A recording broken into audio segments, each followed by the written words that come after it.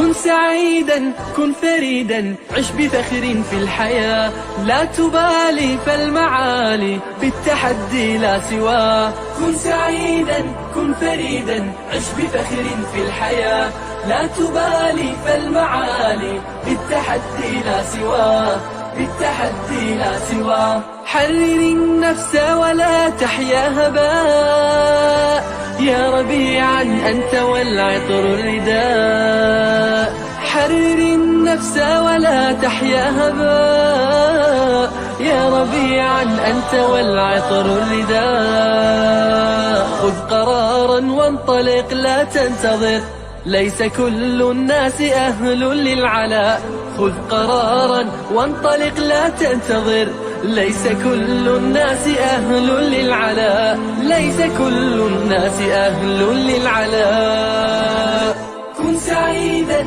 كن فريدا عش بفخر في الحياة لا تبالي فالمعالي بالتحدي لا سواه كن سعيدا كن فريدا عش بفخر في الحياة لا تبالي فالمعالي بالتحدي لا سواه بالتحدي لا سواه ذلك الدهر الذي ترضى به هل يراك الكون من صناعه ذلك الدهر الذي ترضى به هل يراك الكون من صناعه ودع الأحلام يا فارسنا كن بهذا العصر من أعلامه ودع الأحلام يا فارسنا كن بهذا العصر من أعلامه كن بهذا العصر من أعلامه كن سعيدا كن فريدا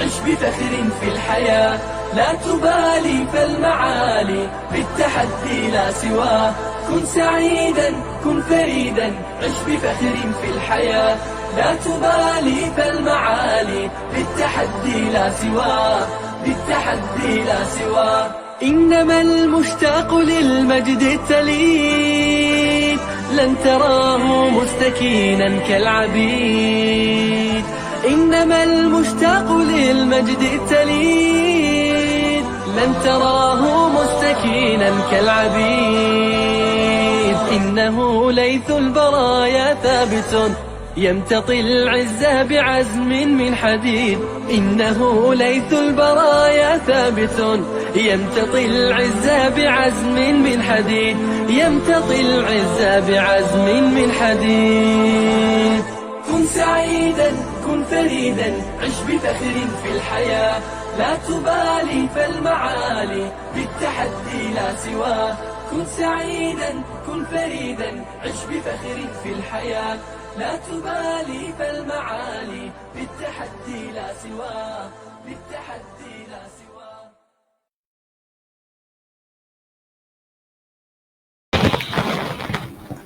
Bismillahirrahmanirrahim. Innalhamdalillah nahmaduhu wa nasta'inuhu wa nastaghfiruh wa na'udzu billahi min syururi anfusina wa min sayyiati a'malina.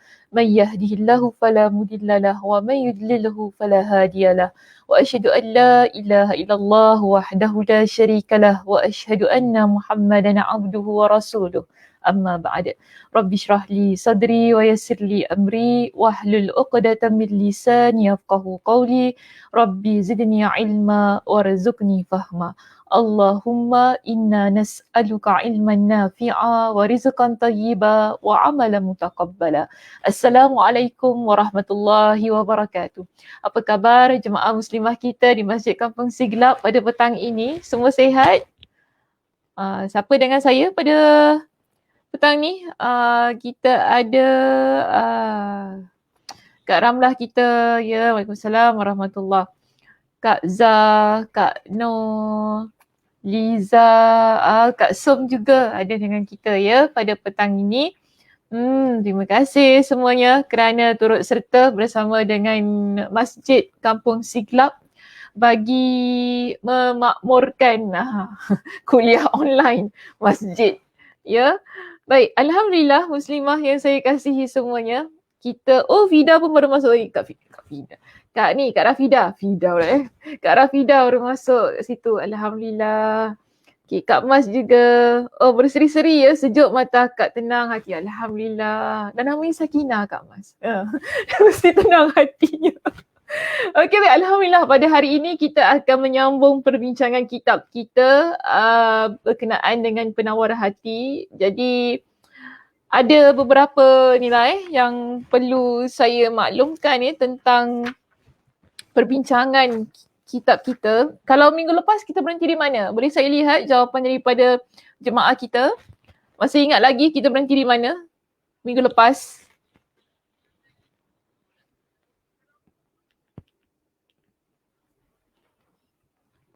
Kita berhenti di muka surat berapa minggu lepas? Poin 20. Poin 20. Okay. Page 140. Baik. Poin 18 nombor 20 Ustazah. Poin 18 nombor 20. Okey. Lagi poin 20 page 140. Page 140. Okey. Faham. Tahu. Okey. Poin 16 pula. Ada keluar pula poin 16 kat sini ya. Poin 16 140. Okey. Kak No kata tapi yang tak ada khilafnya muka surat ya. Di situ. Tidak ada khilafnya muka surat 140. Baik, saya tahu kita masih lagi ada banyak points ya untuk poin kita di poin kita yang ke-18 itu. Tapi saya tak nak pergilah satu persatu lagi kan untuk bincangkan satu persatu lagi. Bagi saya cukuplah ya perbincangan kita sepanjang beberapa minggu berkenaan dengan perkara-perkara yang mendapat laknat dari Allah dan Nabi SAW yang kita sebut sebagai antara kesan seseorang apabila dia melakukan kemaksiatan dalam kehidupannya. Jadi kalau boleh kita lihat secara menyeluruh sahajalah ya apa yang terdapat dalam kitab kita di muka surat 140 di situ kan. Tapi ingin saya maklumkan jika kitab saya ya, jika buku Ustazah kita berada di muka surat 148. Jadi antara dua lah ya, sama ada muka surat 140 atau muka surat 148. Jadi saya ingat lagi kita berhenti di poin yang ke-12 berkenaan dengan orang yang merosak hubungan suami isteri dengan hubungan suami isteri atau hamba dengan tuannya. Ya, baik. Jadi di situ poin 20, kita ada poin yang ke-21. Saya nak baca saja ya poin-poin ini pada hari ini sebab nanti saya akan masuk kepada poin yang ke-19. Kita akan bincangkan poin yang ke-19. Baik. Kita masuk nombor 20 di situ. Nombor 21 di muka surat 148 atau muka surat 140. Kita ada dosa iaitu dosa orang yang menyetubuhi wanita melalui duburnya iaitu melalui belakang lah ya, jalan belakang. Jadi hubungan walaupun itu adalah hubungan suami isteri yang halal, yang sah di sisi agama, namun ada larangannya suami isteri melakukan hubungan badan jika sekiranya suami memasukkan zakarnya daripada belakang, iaitu daripada dubur isteri. Itu adalah larangan daripada Nabi SAW. Baik, seterusnya kita ada yang ke-22, wanita yang menjauhi ranjang suaminya pada malam hari akan dilaknat oleh malaikat hingga pagi hari. Maksud di sini wanita lah yang menolak. Ini jika sekiranya tidak ada apa-apa masalah lah, kalau ada masalah kesihatan dan sebagainya, itu perlu dibincang antara suami dan isteri. Cuma di sini ialah yang ingin ditekankan ialah apabila wanita dia dalam keadaan yang tak ada masalah, normal kan, tak ada apa-apalah, tetapi dia bila diajak suaminya dia menolak, tanpa ada alasan yang munasabah di situ. Tapi ini bagi saya beginilah ya, dalam hal yang berkenaan dengan, sebab nanti dia ginilah, ada orang takut orang perempuan ni marah ya. Habis kita dah penat pagi-pagi nak sibuk nak layan suami malam-malam, mengamuk pula macam-macam ya. Takut pula saya dengan sini. Jadi macam inilah kita lihat dalam hal yang begini ya, berkaitan hal-hal di dalam kamar ni, dalam bilik ni, dia suami isteri dia perlu ada persetujuan, perlu ada kesefahaman antara satu dan yang lain. Ya, sebab berumah tangga ni dia memerlukan kepada kedua belah pihak. Tak boleh satu saja kan. Kalau satunya nak, lagi satu tak nak, tu masalah pula. Jadi maknanya perlu ada perbincangan antara suami dan isteri dalam hal ini. Ikut kepada, saya nak panggil bini lah, ihsan suami, ihsan isteri dalam hal ini. Jadi jangan dijadikan dalil ini, contoh saya nak kata, jangan suami menjadikan dalil ini untuk menundukkan isteri, untuk memaksa isteri kan melayan dan sebagainya. Sebab itu bukan apa yang diajarkan dalam agama kita. Cuma yang penting di sini saya nak kata ialah lihat kepada keadaan-keadaannya. Namun wanita jika dia ni tidak ada apa-apa masalah kesihatan ke apa-apalah yang ada pada diri dia kan, dan suaminya pun okey, maksudnya suaminya adalah orang yang bukan kita kata kaki pukul ke kaki paksa ke apa-apa kan. So dalam keadaan yang begitu, jika isteri dia menolak keinginan suami tersebut, barulah ya kita boleh apply untuk hadis yang inilah ataupun pada nombor kita yang ke-22 itu tadi. Okey, baik. Seterusnya yang ke-23, orang yang menasabkan dirinya kepada selain ayahnya. Itu bukan ayahnya tetapi dinasabkan kepada selain ayahnya. Kemudian yang ke-24, orang yang mengacungkan senjata kepada saudaranya akan dilaknat oleh para malaikat. Maksudnya dia menghunus senjata dia kepada orang untuk ditakut-takutkan. Itu adalah perkara yang dilarang. Seterusnya, orang yang mencela para sahabat Nabi SAW. Ya, kita ni dilarang untuk mencela sahabat-sahabat Nabi SAW kerana di kalangan mereka adalah orang-orang yang soleh, orang yang berjuang untuk agama, yang support Nabi, yang menjadi tulang belakang kepada Nabi SAW dalam menjalankan dakwah Islam pada masa itu. Jadi di sini dijelaskan kepada kita di dalam kitabnya Allah melaknat juga orang yang berbuat kerosakan di muka bumi. Kita ada juga satu bentuk laknat yang mana untuk mereka yang memutuskan silaturahim, yang menyakiti Allah, maksudnya yang buat perkara-perkara yang menghina agama, menghina Rasulullah SAW. Jadi hal itu semuanya tidak terlepas dari laknat Nabi dan juga Allah Subhanahu Wa Taala di situ. Dan berikutnya kita ada sejumlah perkara-perkara yang juga mendapat laknat Allah dan Rasulnya. Di situ ya, pertama, orang yang menyembunyikan apa yang diturunkan oleh Allah berupa penjelasan dan petunjuk. Kedua, orang yang melemparkan tuduhan zina kepada wanita-wanita mukmin yang menjaga dirinya dan tidak melakukan zina. Ini lebih kurang kita panggil sebagai fitnah lah ya. Kita fitnah wanita yang baik-baik, yang menjaga kehormatan dirinya, tetapi kemudiannya kita kata dia adalah wanita penzina, wanita yang bersekedudukan dengan lelaki yang bukan mahramnya. Ini adalah perkara-perkara yang kita sebut menuduh wanita yang beriman, wanita yang baik-baik, wanita yang salehah sebagai wanita yang melakukan zina. Dan orang yang melakukan perkara ini disebut sebagai mereka yang tidak terlepas daripada laknat Allah dan juga Nabi SAW. Dan kita ada yang ketiga, ya, orang yang menganggap jalannya orang kafir lebih lurus daripada jalannya orang mukmin. Yang keempat, lelaki yang memakai pakaian wanita dan wanita yang memakai pakaian lelaki. Kelima dan terakhir ya yang terdapat pada senarai kita dalam kitab ini, orang yang menyuap. Menyuap tu bukan kita suap macam kita suap anak kita. Okey, bukan gitu maksudnya. Menyuap di sini maksudnya kita beri rasuah. Ya, beri rasuah. Yang minta rasuah dan yang menjadi perantara rasuah itu. Dan dijelaskan juga kepada kita sebenarnya masih terdapat laknat-laknat lainnya. Jadi bukan hanya ini sahaja.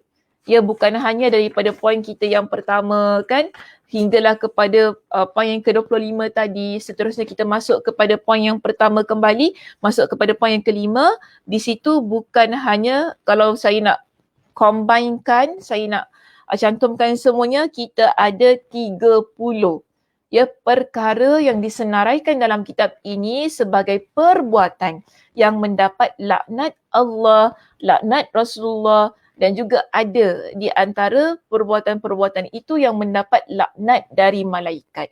Namun ditegaskan kepada kita bukan 30 ini sahaja.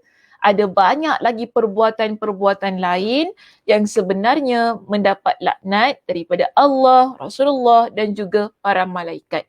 Dan apa yang ditampilkan dalam kitab kita ini sebagai contoh sahaja untuk juga peringatan kepada diri kita agar kita menjauhi perbuatan-perbuatan maksiat.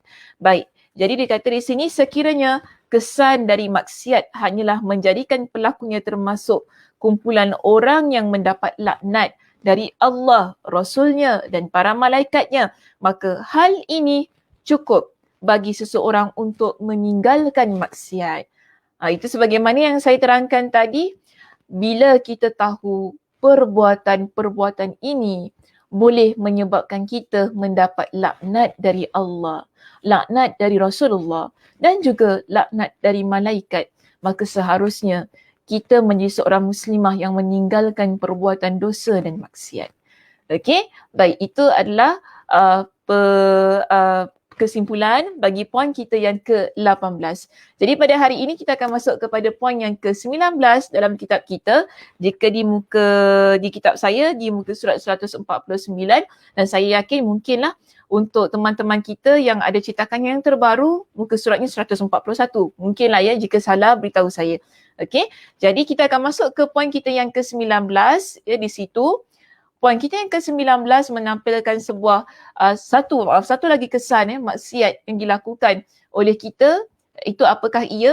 19 di sini, maksiat ia boleh menjadi penyebab terhalang doa malaikat.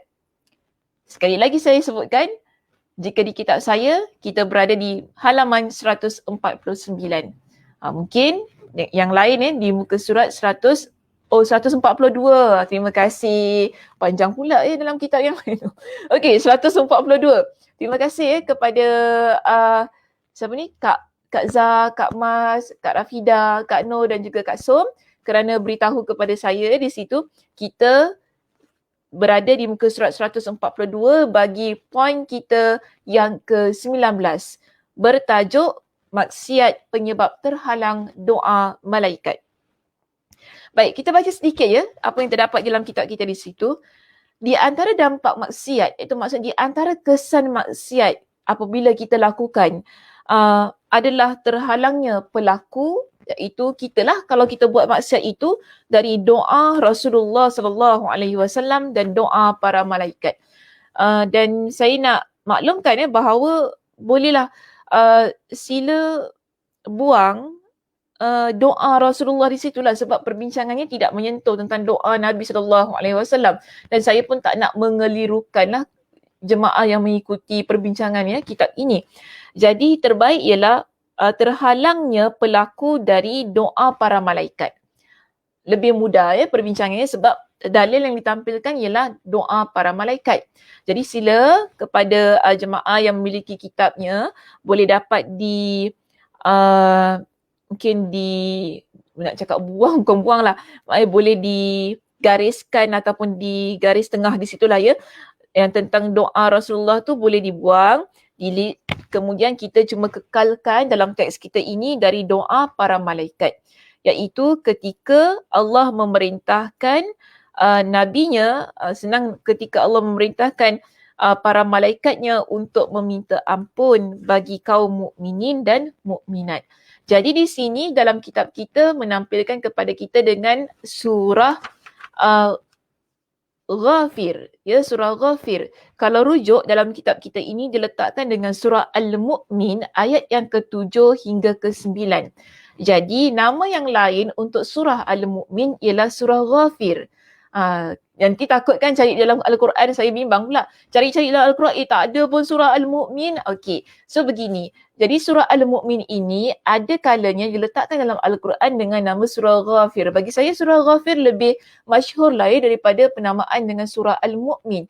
Jadi mungkin dapat dicatatkan sekali dalam kitab kita perbincangan ayat yang ditampilkannya di dalam kitab kita dari ayat yang ke-7 hingga ayat yang ke-9 ialah surah Ghafir. Mudah sebab ia adalah nama surah yang lebih masyhur daripada surah Al-Mu'min. Baik, seterusnya kita lihat di sini. Dalam surah Ghafir, ayat yang ke-7 hingga ke-9. Malaikat berdoa kepada Allah Subhanahu wa taala. Okey, ada doa yang dipanjatkan oleh para malaikat kepada Allah Subhanahu wa taala. Apakah doanya? Kita lihat di sini. Dalam surah Ghafir pada ayat yang ke-7, kita pergi satu persatu terlebih dahulu ya. Kalau dalam kitab kita ditampilkan 7 hingga 9 sekaligus. Tapi dalam perbincangan ini, Ustazah nak bawa kita lihat satu persatu apa yang terdapat dalam surah Ghafir bermula dari ayat yang ke-7 terlebih dahulu. Baik, pada ayat yang ke-7 di sini, Allah Subhanahu wa taala merekodkan satu keadaan untuk menunjukkan kepada kita apakah antara job scope para malaikat ataupun antara tugas yang Allah takdirkan kepada para malaikat di sini. Jadi Allah ceritakan, alladzina yahmiluna al-'arsya wa man hawlahu yusabbihuna bihamdi rabbihim wa yu'minuna bihi wa yastaghfiruna lilladzina amanu. Ada malaikat yang memikul arash dan malaikat yang berada di sekelilingnya bertasbih memuji Tuhannya dan beriman kepadanya serta mereka memohon ampun bagi orang-orang yang beriman dengan berdoa merayu. Apakah doa yang mereka panjatkan kepada Allah? Rabbana wasi'ta kulla syai'ir rahmatan wa ilma. Wahai Tuhan kami, rahmatmu dan ilmumu meliputi segala-galanya. Faghfir lilladzina tabu, maka berilah ampun kepada orang-orang yang bertaubat, wattaba'u sabilak, serta menurut jalanmu, waqihim azabal jahim, dan peliharalah mereka dari azab neraka. Jadi Allah Subhanahu wa taala dalam surah Ghafir pada ayat yang ke-7 ini, Allah beritahu kepada kita, ada malaikat yang mana mereka ini di kalangan malaikat yang memikul arash Allah dan malaikat yang berada di sekeliling mereka. Okey, malaikat yang berada di sekeliling mereka. Jadi kita lihat begini, kita gelarkan mereka ini sebagai malaikat muqarrabin. Maksudnya ialah malaikat yang dekat dengan Allah. Sebab malaikat ni ada banyak. Ya, jumlahnya begitu banyak. Kalau kita baca hadis tentang Isra' Mi'raj, Nabi SAW ketika Nabi sampai di sebuah tempat yang bernama, tak silap saya, Sidratul Muntaha, di situ. Nabi kata apa? Di sana terdapat 70,000 malaikat yang sujud di tempat tersebut. Bila 70,000 malaikat itu keluar daripada tempat itu, mereka tak kembali lagi. Kemudian akan masuk lagi 70,000 malaikat yang lain. Itu bukti menunjukkan kepada kita bahawa jumlah malaikat begitu banyak yang Allah Subhanahu wa taala ciptakan. Dan antara malaikat yang Allah Subhanahu wa taala ciptakan ialah malaikat yang memikul arash Allah. Jika kita merujuk dalam kitab tafsir Imam Ibn Kathir rahimahullah, ketika beliau mentafsirkan ayat ini, iaitu surah Ghafir, ayat yang ke-7, beliau menyebutkan begini. Dia kata Allah Subhanahu wa taala memerintahkan malaikat muqarrabin yang 4. Ya, jadi menurut kepada pendapat Imam Ibn Kathir di situ, ada 4 malaikat yang bertugas memikul arash. Namun saya tidak menafikanlah ya, tentang jumlah malaikat yang memikul arash ini masih lagi diperselisihkan oleh para ulama tafsir. Namun di sini kerana saya mengambil pendapat daripada Imam Ibn Kathir, sebab itulah saya letak 4. Mungkin ada yang kata 8, ada kata beribu dan sebagainya lah. Cuma dalam kitab dia kata malaikat muqarrabin yang 4 bertugas memikul arash. Juga para malaikat di sekeliling mereka di antara malaikat yang memiliki kedudukan yang sangat dekat dengan Allah. Jadi yang berdoa ini, ya muslimah, mereka ni bukan malaikat yang calang-calangnya. Bukan, maksud saya ni malaikat semua memiliki tugas-tugas yang mulia di sisi Allah Subhanahu Wa Taala. Tetapi ada ranking-ranking malaikat. Ya, ada tugas-tugas malaikat yang menunjukkan bahawa mereka ni di kalangan yang paling dekat dengan Allah. Jadi yang memanjatkan doa ini, yang tadi pada ayat yang ke-7 tadi kan, ialah di kalangan malaikat yang memikul arasy Allah. Juga bukan itu sahaja, di kalangan malaikat yang berada di sekitar malaikat yang memikul arasy Allah itu tadi. Yang mana kita sebut sebagai malaikat muqarrabin yang kedudukan mereka sangat dekat dengan Allah. Dia begitu. Okey? Kedudukan mereka sangat dekat dengan Allah. Jadi, apa tugas mereka ini? Dengan kedekatan mereka itu kan, yang begitu dekat sangat dengan Allah Subhanahu Wa Taala itu tadi, tugas mereka ialah kalau kita rujuk kembali pada ayat tadi, ya surah Ghafir ayat yang ke-7 itu, kita dapati Allah kata yusabbihuna bihamdi rabbihim. Tugas mereka itu ialah mereka memuji, bertasbih memuji Tuhannya. Saya ulang sekali lagi ya. Ada dua kategori malaikat dalam ayat ini. Pertama, malaikat yang memikul arasy Allah, dan kedua, malaikat yang ada di sekitar malaikat yang memikul arasy Allah. Jadi kedua-dua kategori malaikat ini, ya, mereka ini yusabbihuna bihamdi rabbihim. Mereka adalah malaikat yang bertasbih memuji Tuhannya. Tanpa saya menafikan malaikat yang lain juga yang tidak berada pada dua kategori ini, mereka juga memuji dan bertasbih kepada Allah. Tapi sebab kita sedang bincangkan tentang kedua-dua jenis malaikat ini, kategori dua malaikat ini, maka Allah jelaskan secara spesifik apakah tugas mereka. Ya, baik. Jadi Allah kata, mereka ini bertasbih memuji Tuhannya. Satu. Kedua, wa yu'minuna bihi. Ya, mereka juga beriman kepada Allah. Wa yastaghfiruna lillazina amanu. Tiga, tugas mereka ialah memohon ampun bagi orang-orang yang beriman.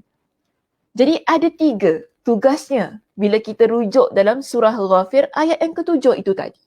Pertama, mereka itu bertasbih memuji Tuhan mereka. Kedua, mereka beriman kepada Allah. Ketiga, mereka memohon ampun kepada orang-orang yang beriman. Okey, tiga tadi kan? Baik, kita lihat tadi kepada poin yang saya nak nyatakan di sini. Bila malaikat ini, ya, mereka sangat dekat pada Allah. Antaranya 4 malaikat yang bertugas memikul arasy tadi, kemudian malaikat-malaikat yang ada di sekeliling mereka, iaitu malaikat yang saya letakkan di tempat yang pertama itu, tugas mereka ialah bertasbih dan bertahmid kepada Allah. Ya, bertasbih dan bertahmid kepada Allah. Maksudnya di sini, bila dilihat kepada penerangan, masih lagi ya, saya merujuk dalam kitab tafsir Imam Ibn Kathir rahimahullah. Beliau menyatakan bahawa maksudnya mereka menyandingkan antara tasbih dan tahmid. Tasbih, maksudnya apa tasbih? Boleh saya lihat jawapan daripada jemaah? Apa maksud tasbih? Apa maksud tahmid? Sila letakkan di ruangan komen. Di sini, Imam Ibn Kathir rahimahullah, dia kata apa? Bila Allah kata tadi kan, mereka ialah malaikat yang yusabbihuna bihamdi rabbihim. Bertasbih memuji Tuhannya. Ya. Jadi di situ Imam Ibn Kathir rahimahullah jelaskan kepada kita, mereka ini adalah malaikat yang menyandingkan, maksudnya menggabungkan antara tasbih dan juga tahmid. Dalam pujian mereka ada tasbih, ada tahmid. Okey. Subhanallah, alhamdulillah. Kak Zah tadi kata subhanallah. Kak Som sebut apa tadi? Subhanallah, alhamdulillah. Baik, mana satu yang subhanallah, mana satu yang alhamdulillah? Tasbih, tasbih apa? Boleh berikan sedikit penjelasan. Baik, di situ ada jawapan daripada Kak Mas kita yang telah menjawab soalan saya yang baru saya kemukakan tadi. Kak Mas sebut subhanallah adalah tasbih, alhamdulillah adalah tahmid. Alhamdulillah, betul jawapannya. Masya-Allah tabarakallah. Jawapan Kak Zah dengan jawapan Kak Som, jawapan Siti Amia di situ pun tak salah lah ya. Cuma di sini kita nak lebih penjelasan. Su juga ada memberikan di situ ya, tasbih, subhanallah, tahmid, alhamdulillah. Baik, terima kasih kepada jemaah kita yang telah memberikan jawapan. Kita dapati begini, para malaikat ini ya yang berada di sebagai pemikul arash itu, kemudian berada malaikat-malaikat yang berada di sekitar malaikat yang memikul arash, mereka ni adalah malaikat-malaikat yang duduk dekat dengan Allah.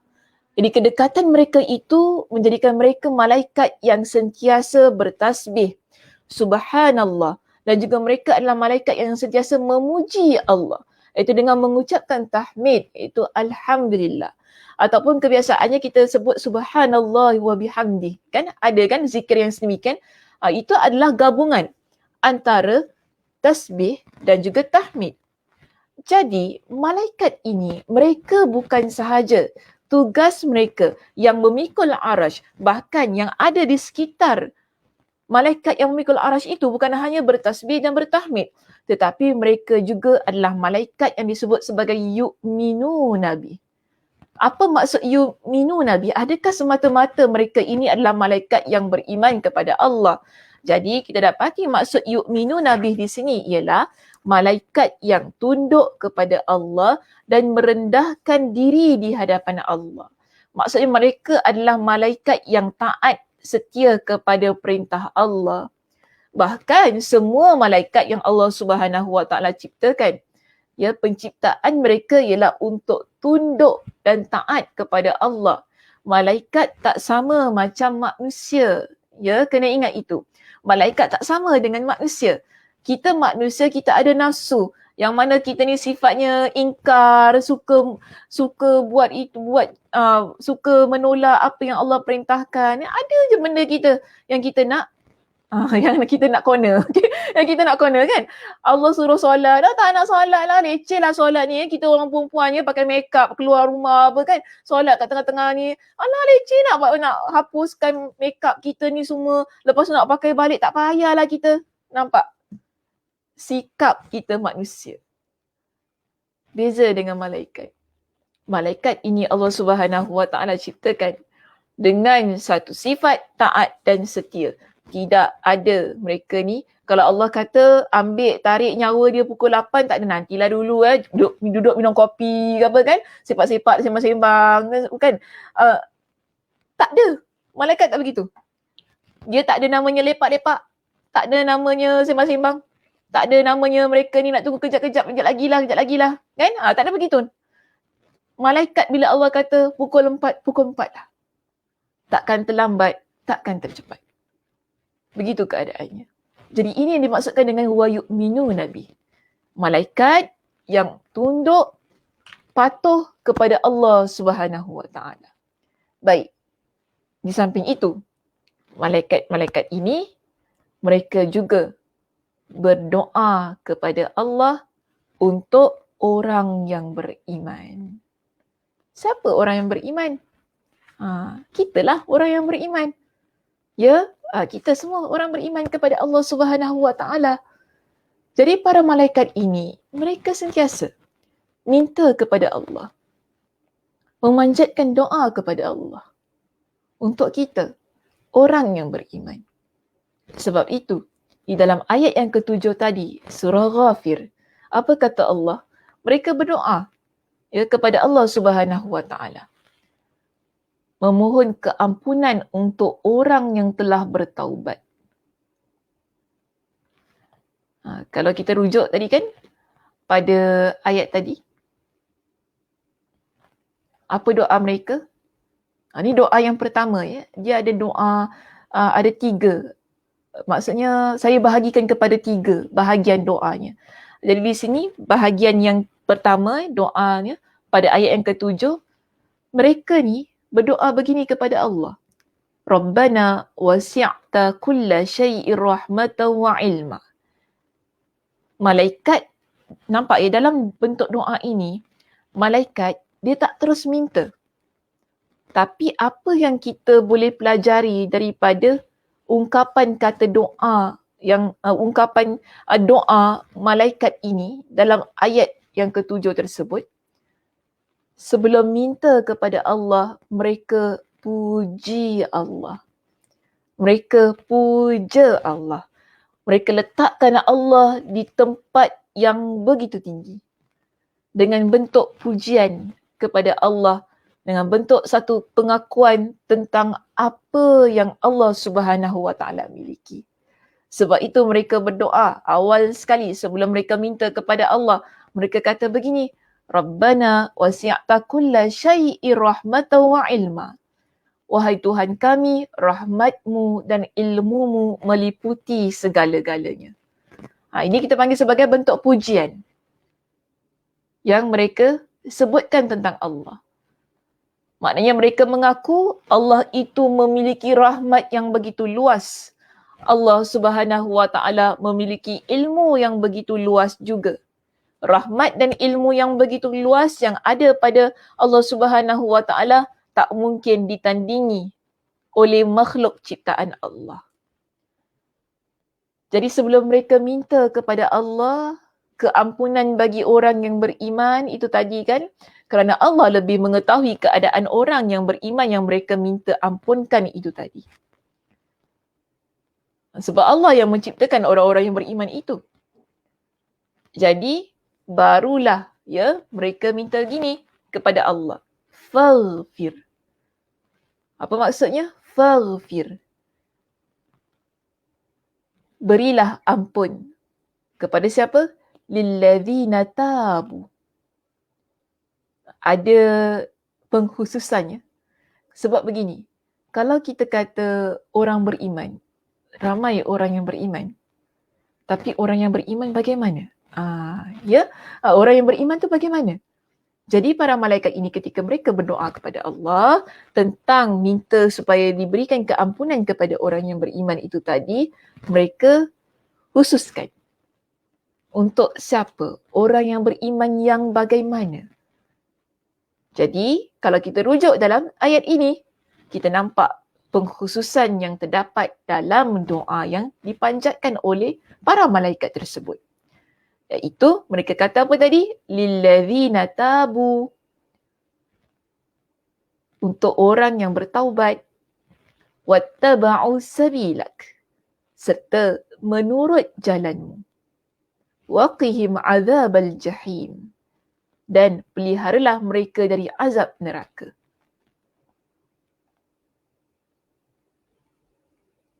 Lihat ya. Doanya untuk orang yang beriman. Tetapi, sebagaimana yang saya sebutkan tadi, orang yang beriman ada macam-macam pesen.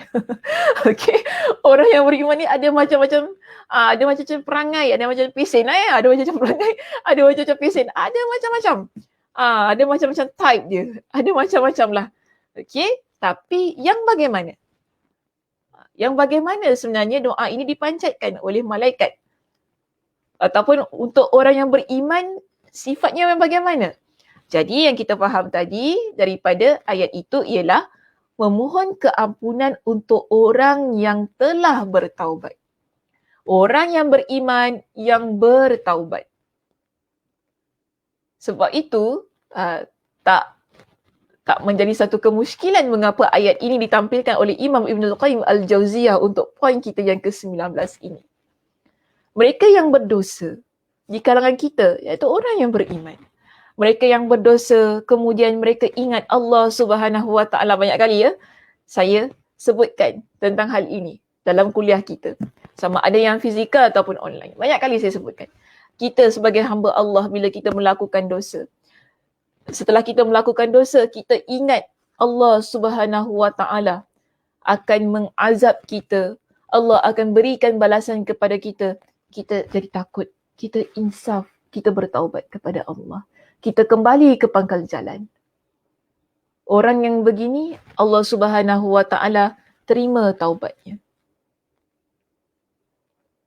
Maka sebab itu di sini, para malaikat ini minta kepada Allah Subhanahu Wa Taala. Berikan keampunan kepada orang yang beriman.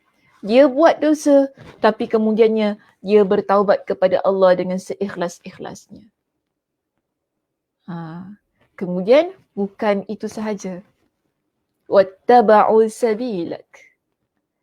Malaikat sebutkan bagaimana ciri orang yang bertaubat ini. Dia dah bertaubat kepada Allah. Adakah bertaubat macam tu saja? Kan ramai orang kan bertaubat. Aku dah taubat daripada Allah, aku tak buat lagi dah. Okey. Tapi adakah itu saja? Selesai kita taubat pada Allah? Tak. Banyak kali juga saya ingatkan, taubat kita ia perlu diiringi dengan amal soleh. Taubat kita ia perlu diiringi dengan amal soleh kita, amal kebaikan kita, sentiasa istiqamah dalam melakukan ketaatan-ketaatan kepada Allah. Maka sebab itu tadi dia kata, malaikat ni doa kan, wattaba'u sabilak. Dan juga orang yang mengikuti jalan Allah. Apa maksud orang yang mengikuti jalan Allah? Iaitu orang yang mana dia melepaskan diri dari dosa yang telah mereka lakukan, lalu mereka mengikuti perintah yang engkau berikan kepada mereka. Dengan cara yang bagaimana? Dengan cara mereka meninggalkan kemungkaran, dengan cara juga mereka melaksanakan kebaikan dan ketaatan. Jadi itu dimaksudkan oleh para malaikat tentang orang yang mengikuti jalan Allah. Maknanya doa ini bukan untuk orang mukmin yang umum. Tapi ada pengkhususannya. Orang yang bertaubat, orang yang mana ikuti jalan Allah, tu agama Allah, mempraktikkan agama Allah, mempraktikkan syariat. Ini doa yang boleh didapatkan oleh orang-orang yang begini dari malaikat. Dan juga malaikat doa apa untuk mereka? Waqihim. Dan peliharalah mereka. Lindungilah mereka dari azab api neraka. InsyaAllah tabarakallah. Doa malaikat yang dekat dengan Allah. Bukan dekat-dekat kita kata, tapi sangat dekat dengan Allah. Minta keampunan untuk orang yang beriman yang mana mereka itu bertaubat.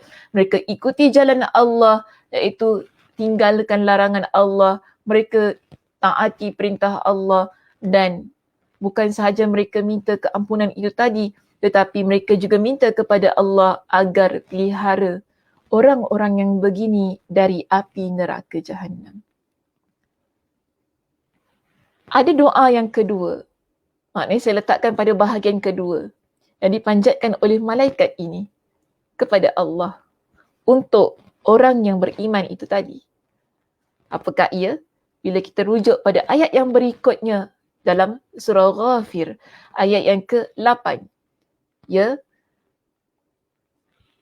Malaikat yang tadi kan, malaikat yang memikul arash, malaikat yang duduk dekat dengan malaikat yang memikul arash, mereka semua berdoa kepada Allah, meminta keampunan untuk orang yang beriman, yang bertaubat dan mengikuti jalan Allah. Kita juga tadi bincangkan, mereka juga berdoa agar orang itu dilindungi daripada api neraka. Di samping itu, mereka juga berdoa agar memasukkan mereka ni maksud saya lah, orang yang beriman itu tadi ke dalam syurga Aden. Apa doanya? Rabbana wa adkhilhum jannati adnin allati wa'adtahum wa man salaha min abaihim wa azwajihim wa dhurriyyatihim innaka antal azizul hakim. Maksudnya, wahai Tuhan kami, dan masukkanlah mereka ke dalam syurga Aden yang engkau telah janjikan kepada mereka. Ni malaikat minta kepada Allah, jauhkan tadi kan orang yang beriman itu dari api neraka. Sekarang mereka minta kepada Allah agar masukkan orang yang beriman itu ke dalam syurga. Syurga Aden namanya. Okey, syurga Aden. Jadi di sini mereka minta kepada Allah agar Allah Subhanahu Wa Taala berikan apa yang telah Allah janjikan kepada mereka bentuk syurga itu tadi. Tapi ya, kita lihat di sini. Di samping itu, para malaikat ini juga mohon kepada Allah agar, ini Masya Allah tabarakallah bagi saya doa ini. Mereka minta kepada Allah supaya masukkan juga, kumpulkan juga bersama orang-orang yang tadi, yang beriman tadi, bersama dengan mereka siapa? Man salaha min abaihim wa azwajihim wa dhurriyyatihim. Orang-orang yang saleh di kalangan ayah-ayah mereka, isteri-isteri mereka ataupun pasangan-pasangan mereka, wa dhurriyyatihim, dan zuriat keturunan mereka. Maknanya, mereka minta kepada Allah bila masukkan orang beriman yang mereka doakan itu tadi ke dalam syurga Aden, jangan biarkan mereka sendirian dalam syurga itu. Tapi masukkan bersama dengan mereka di dalam syurga di kalangan orang-orang yang saleh, yang mana mereka itu adalah ayah-ayah mereka, isteri-isteri mereka dan zuriat keturunan mereka. Atau dengan kata lain ingin saya katakan di sini, ialah ahli keluarga mereka yang saleh. Ya, ahli keluarga mereka yang saleh. Jadi, kita lihat begini. Para malaikat, ketika mereka memohon supaya masukkan orang yang beriman, yang bertaubat kepada Allah, yang mana mereka itu mengikuti jalan Allah, masukkan mereka ke dalam syurga Aden. Dan mereka juga minta supaya di dalam syurga Aden itu Allah kumpulkan bersama dengan mereka ialah orang-orang yang soleh di kalangan ahli keluarga mereka. Ketika kita rujuk ya di dalam perbincangan yang ditampilkan oleh Imam Ibn Kathir rahimahullah dalam kitab tafsirnya, beliau kata begini. Dia kata, maksud daripada apa yang Allah Subhanahu Wa Taala jelaskan di sini berkaitan dengan doa malaikat itu tadi ialah, maksudnya ialah malaikat minta supaya Allah kumpulkan ya orang tadi yang mereka doakan bersama dengan ahli keluarga mereka untuk apa? Menjadi sejuk pandangan mereka. Sejuk pandangan. Maksudnya kita cakap terus terang beginilah ya Muslimah. Kita kalau hidup sendirian, kita tak bahagia sebenarnya. Maksud saya lah kita ni tak ada ahli keluarga, tak ada teman, tak ada kawan-kawan kan. Mana-mana seorang aja. Tak kawan dengan sesiapa. Tak kawan dengan sesiapa. Langsung. Dengan family pun tak kawan. Maksudnya dia buat hal dia sendiri je gitu. Tanpa ada silaturahim. Dia akan buat hati kita sunyi. Kan keadaannya sedemikian. Jadi kenapa antara sebabnya di sini para malaikat mereka minta kepada Allah Subhanahu Wa Taala agar masukkan bersama dengan orang yang beriman itu tadi ahli keluarga mereka yang soleh. Supaya sejuk pandangan mata mereka ketika mereka duduk dalam syurga itu. Mereka lihat orang-orang yang mereka sayang ada di sekitar mereka. Jiwa mereka bahagia, jiwa mereka rasa tenang kerana bersama dengan insan yang mereka kasihi. Isteri mereka, suami mereka, kan? Ayah ibu mereka, anak keturunan mereka, cucu bersama dengan mereka. di dalam syurga itu. Ini tujuannya. Bukan sebab boleh kita kata sesajalah, ya, bukan sebab sesaja. Tapi itulah tujuannya, supaya berkumpul di tempat kediaman yang saling berdekatan. Dekat dengan orang yang memang kita kata dekat dengan kita. Jadi di sini, bukan kita kata, habis Ustazah kalau anak saya dia buat dosa ke, suami saya dia dosa ke apa, Allah tak azab dia lah. Waktu saya beramal, habis nanti dengan saya, dia pun masuk sekali syurga dengan saya. Walaupun dia tu orang yang berdosa. Begitu ke? Macam mana? Begitu ke? Kita sekarang beramal soleh sekarang ni. Tadi kan malaikat doa kan, supaya kita dikumpulkan bersama dengan ahli keluarga kita. Tapi bagaimana?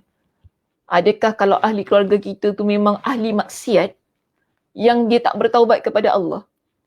Adakah dia boleh masuk dalam syurga tu, duduk dekat dengan kita kerana doa ini? Jangan salah faham ya. Jangan salah faham. Dalam kitab Tafsir Ar-Razi, dalam kitabnya Tafsir Al-Kabir, dia jelaskan begini. Orang kalau berdosa, dia tetap akan dihukum dengan dosa-dosa mereka. Jadi kalau ayah kita, ibu kita, anak kita, suami kita, kan, siapalah di kalangan ahli keluarga kita yang memang mereka itu orang yang berdosa, tak mungkin lah, ya, maksud saya, tak mungkin lah dia tu Allah akan biarkan begitu saja. Kan, tak masukkan dia ke dalam neraka, terus masuk dalam syurga, tak begitu. Kalau masih ingat lagi dalam perbincangan-perbincangan kita, banyak kali juga saya tekankan, orang yang berdosa, Allah Subhanahu Wa Taala akan berikan kepada mereka dengan azab. Sama mana mereka tidak bertaubat kepada Allah Subhanahu Wa Taala. Azabnya tetap dapat. Ya, azabnya tetap dapat. Masuk dalam neraka Allah, Allah azab ikut atas kehendak Allah Subhanahu Wa Taala. Sebab itu, lihat betul-betul pada doa para malaikat ini. Dia doa apa tadi? Kalau ingat, doanya berbunyi, وَمَنْ صَلَحَ مِنْ آبَائِهِمْ وَأَزْوَاجِهِمْ وَذُرِّيَّاتِهِمْ. Orang-orang yang layak, atau kalau kita terjemahkan, orang-orang yang soleh di kalangan ahli keluarga mereka. Maknanya, yang minta dikumpulkan bersama dengan kita itu kelak bukan sebarangan ahli keluarga. Sebab jelas daripada ayat ini menunjukkan kepada kita di kalangan orang yang soleh, yang terdiri dari ayah mereka, pasangan mereka, kan, suami atau isteri mereka, dan juga anak keturunan mereka itu. Orang-orang yang soleh. Tapi, ya begini. Kita masuk syurga berdasarkan kepada amal ibadah kita. Ya, dan kita dapati bahawa setiap daripada diri kita ada amal-amal yang berbeza. Mungkin amal kita tak setanding dengan ibu ayah kita. Ataupun amal ibu ayah kita tak setanding dengan amal kita. Amal kita tak sama sebagaimana amal suami kita contohnya.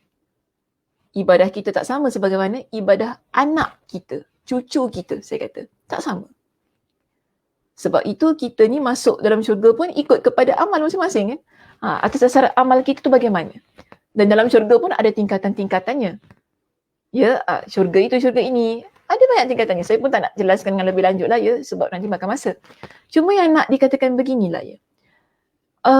Dalam kitab tafsir Imam At-Tabari, bahkan dalam kitab tafsir Imam Ibn Kathir sendiri, ada memuatkan sebuah riwayat daripada Sa'id Ibn Jubair, yang mana beliau kata begini, ya, tentang orang mukmin apabila dia masuk syurga, kan, dia akan tanya tentang ayahnya mana, tentang anak dia, saudara-saudaranya mana, mereka semua ini.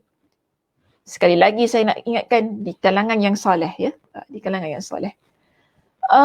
Kemudian dikatakan kepada dia, dalam riwayat ini dikatakan kepada dia bahawa orang-orang itu tidak bersama dengan dia dalam syurga adalah kerana tingkatan amal mereka tak sama dengan dia.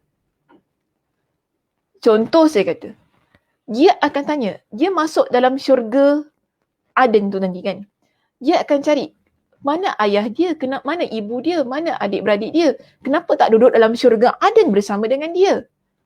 Diberitahu kepada dia sebab amal soleh mereka tak sama dengan engkau. Mereka ada amal mereka sendiri, jadi mereka ada di syurga yang lain lah, begitu maksudnya. Ya, ada di tempat-tempat yang lain, bukan tempat syurga Aden ini yang telah Allah janjikan untuk engkau.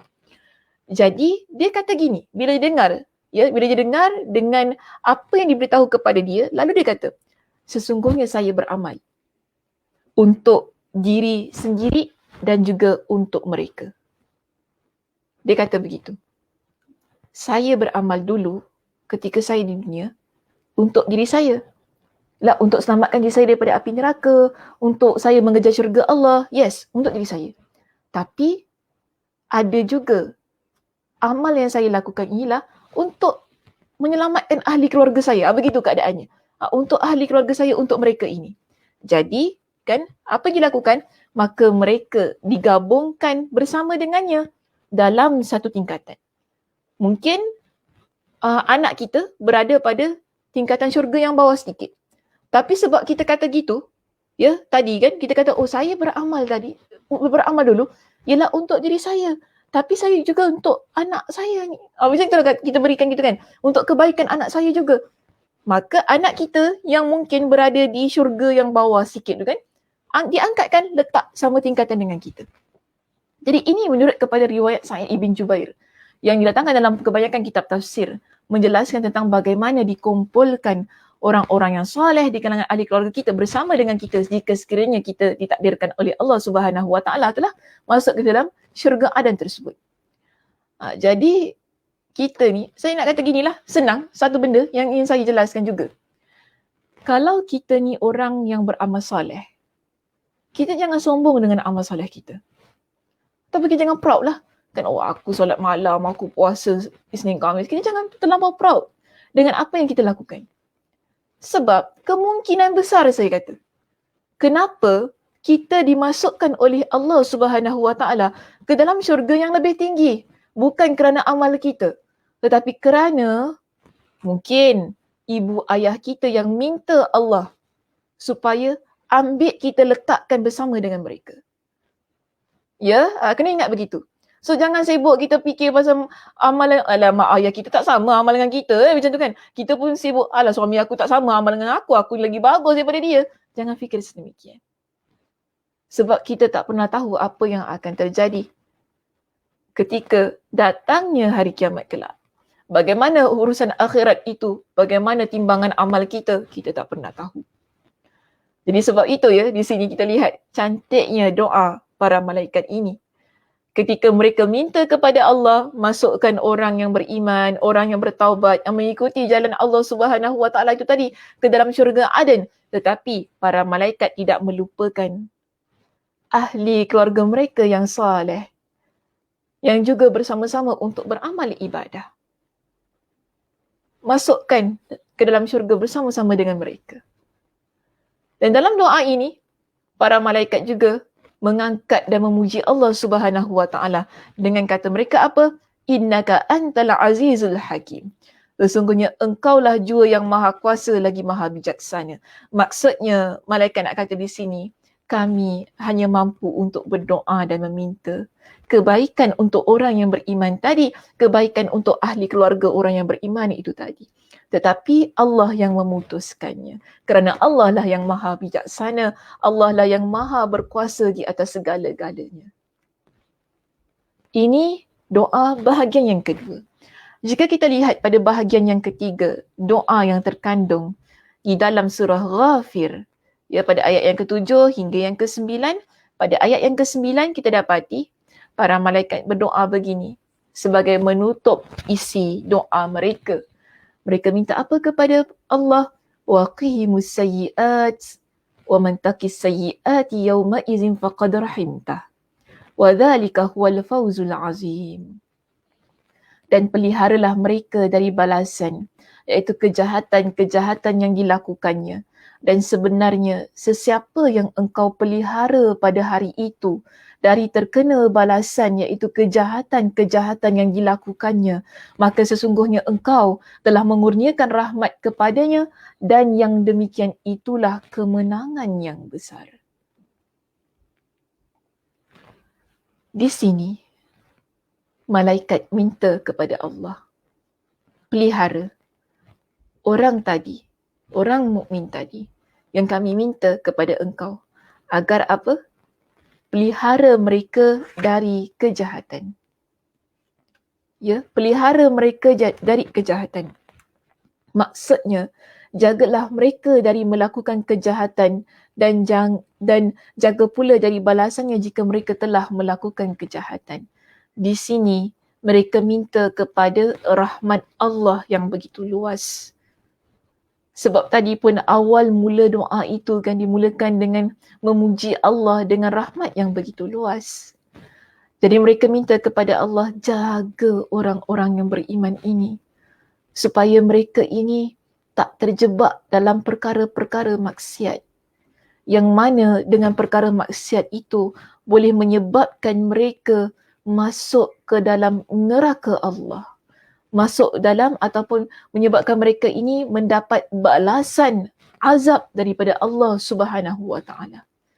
Dan para malaikat ini juga mohon ya supaya Allah Subhanahu wa taala merahmati mereka di akhirat. Allah selamatkan mereka, Allah kasihi mereka daripada apa? Daripada hukuman azab Allah Subhanahu wa taala. Apabila mereka memperoleh semua yang dipanjatkan doa tu tadi oleh para malaikat itu tadi, inilah yang kita sebut sebagai kemenangan yang besar yang ada pada orang yang beriman. Kita sebagai seorang muslimah dalam hidup ini, kita inginkan kemenangan yang besar. Dalam hidup kita, kita sentiasa mengejar untuk menjadi insan yang berjaya. Insan yang sentiasa kita kata winner. Kan? The winner, iaitu orang yang menang, orang yang berjaya dalam hidup. Tetapi jangan lupa muslimah, dalam hidup kita ada kemenangan dan kejayaan yang begitu besar yang seharusnya menjadi tujuan utama kita ketika kita menjalani kehidupan kita di atas muka bumi ini, iaitu untuk mendapatkan keselamatan dari azab Allah Subhanahu wa taala. Mendapatkan keselamatan Allah, bila kita memperoleh keselamatan itu sebagaimana yang didoakan oleh para malaikat itu tadi, ia adalah kemenangan yang besar bagi diri kita. Yang mana apabila kita selamat daripada azab Allah, hukuman Allah, dari api neraka Allah, Allah Subhanahu wa taala akan memasukkan kita ke mana? Ke dalam syurga Allah Subhanahu wa taala. Yes, itulah masanya kita rasa kita adalah orang yang menang. Sekarang ni menang kat dunia ni, menang dunia. Belum tentu di akhirat kita adalah orang yang menang. Maka atas dasar itu disebutkan sebagai kemenangan yang begitu besar dalam hidup kita ini apabila kita berada dalam syurga Aden itu tadi. Apabila kaki kita melangkah masuk ke dalam syurga Allah Subhanahu wa taala. Maka sebab itu ya muslimah, kita ni nak dapatkan sesuatu. Okey, contohnya di sini kan. Kita nak dapatkan, kita panggil sebagai rahmat dari Allah Subhanahu wa taala. Ya. Tapi rahmat Allah Subhanahu wa taala ini, ia diperlukan usaha kita. Sebagai seorang muslimah, kita perlu usaha untuk dapatkan rahmat Allah Subhanahu wa taala. Yang mana daripada awal tadi para malaikat itu berdoa, dan yang berdoa ini adalah malaikat yang sangat dekat kedudukannya di sisi Allah Subhanahu wa taala. Mereka minta kepada Allah Subhanahu wa taala supaya berikan keampunannya kepada kita. Yang mana orang yang beriman, kita bertaubat kepada Allah. Dengan taubat itu menjadikan kita seorang yang melakukan amal soleh, yang akhirnya kita mendapat lindungan daripada azab api neraka. Para malaikat minta begitu kepada kita. Maaf, kepada Allah untuk kita. Ya, para malaikat minta sedemikian. Tetapi kita tak boleh berpada dengan doa yang dipanjatkan oleh malaikat itu tadi. Kita tak, tak apa, kita orang beriman, aku dah bertaubat kepada Allah, nanti malaikat doa kepada aku, tengok surah Ghafir, surah Sakinah jelas surah Ghafir, panjang lebar kau, malaikat minta doa. Dia bukan begitu muslimah. Ia atas usaha kita, kerja keras kita, perjuangan kita, pengorbanan kita. Begitu juga kan, apa sahaja yang kita inginkan daripada sudut kemenangan dan kejayaan di dunia ini, kita nak anak kita excel dalam examination dia. Kita nak kita ada keluarga yang bahagia. Kita nak ada satu keadaan yang kita kata stabil dari sudut ekonomi kehidupan kita. Bukankah kita berusaha, kita berkorban, kita bersengkang mata, kita buat berbagai macam untuk kita dapat kejayaan tersebut. Begitu juga akhirat kita. Pahala, ya, pahala, amal ibadah dan saya kata syurga dia tak datang bergolek depan mata kita. Ia memerlukan kepada usaha dan kerja keras. Sebab itu malaikat mendoakan orang yang berusaha dan bekerja keras itu tadi untuk akhirat mereka. Antara caranya ialah dengan menjauhi kemaksiatan. Ini kerana orang yang dia hidup bergelumang dengan kemaksiatan, hidupnya penuh dengan dosa, hidupnya penuh dengan perkara-perkara yang Allah larang, orang yang begitu malaikat tak pandang. Orang yang begitu malaikat tak doakan. Kita nak dapatkan doa itu tadi, maka seharusnya kita jadi seorang muslimah yang berusaha sehabis usaha selama mana kita ini hidup dalam keadaan yang Allah Subhanahu Wa Taala berikan kesempatan untuk menghirup udara Allah ini. Allah berikan kesihatan, Allah berikan apa sahaja yang kita inginkan di atas muka bumi ini. Tujuan kita yang utama sebenarnya ialah beribadah kepada Allah demi meraih syurga Allah Subhanahu Wa Taala itu tadi. Okey muslimah, itu saja perbincangan kita untuk pagi ini. Untuk petang ini. Alhamdulillah, mudah-mudahan ya ada manfaatnya untuk diri saya juga dan kita semua yang mendengar. Bila kita faham tentang intipati isi kandungan daripada surah Ghafir ayat ke-7 hingga 9 itu tadi, ia semakin menjadikan kita seorang muslimah yang ingin terus-terusan menjadi hamba Allah yang taat, mengejar syurga Allah. Okey, saya rasa masa pun dah agak lama ya kita bersiaran pada petang ini. Mudah-mudahan kita jumpa pada minggu hadapan. Mohon maaf sebab saya tak dapat untuk ambil soalan kerana saya ada tugas yang ingin saya selesaikan ya selepas ini. Jadi mudah-mudahan Allah Subhanahu Wa Taala pertemukan kita di minggu hadapan, di waktu yang sama, di ruangan yang sama dan terlebih lagi Allah berikan kepada kita dengan kesihatan. Sebab kalau nak jumpa pun kalau tak ada kesihatan susah juga ya. Jadi mudah-mudahan Allah berikan kepada kita dengan kesihatan ya untuk kita bertemu menyambung perbincangan kita di minggu hadapan. Saya tutup dengan tasbih kafarah. Subhanakallahumma wa bihamdika asyhadu an la ilaha illa anta astaghfiruka wa atubu ilaik. Assalamualaikum warahmatullahi wabarakatuh.